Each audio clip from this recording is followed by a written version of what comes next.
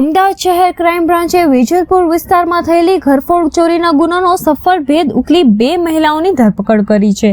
આશરે 20 દિવસ પહેલા 2 મહિલાઓએ ઘરઘાટી તરીકે એક ઘરમાં નોકરી મેળવી હતી। શરૂઆતમાં વિશ્વાસ જીત્યા બાદ તક મળતા જ ઘરમાંથી સોનાના દાગીના અને રોકડ રકમની ચોરી કરી ફરાર થઈ ગઈ હતી। બનાવ અંગે વેજલપુર પોલીસ સ્ટેશનમાં ફરિયાદ નોંધાતા ક્રાઇમ બ્રાન્ચે તપાસ હાથ ધરી હતી। તપાસ દરમિયાન મળેલી બાતમીના આધારે ક્રાઇમ બ્રાન્ચની ટીમે ખામાસા 4 રસ્તા પાસેથી બંને મહિલાઓને ઝડપી પાડી। ધરપકડ કરાયેલા આરોપીઓમાં પરવીન બાનુ અને કૌશર બાનુનો સમાવેશ થાય છે।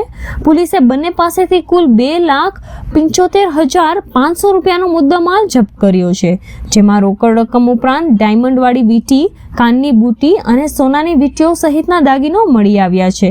હાલ બંને આરોપીઓ મહિલાઓને વધુ પૂછપરછ અને કાનૂની કાર્યવાહી માટે વેજલપુર પોલીસ સ્ટેશનને સોંપવાની કાર્યવાહી હાથ ધરવામાં આવી રહી છે।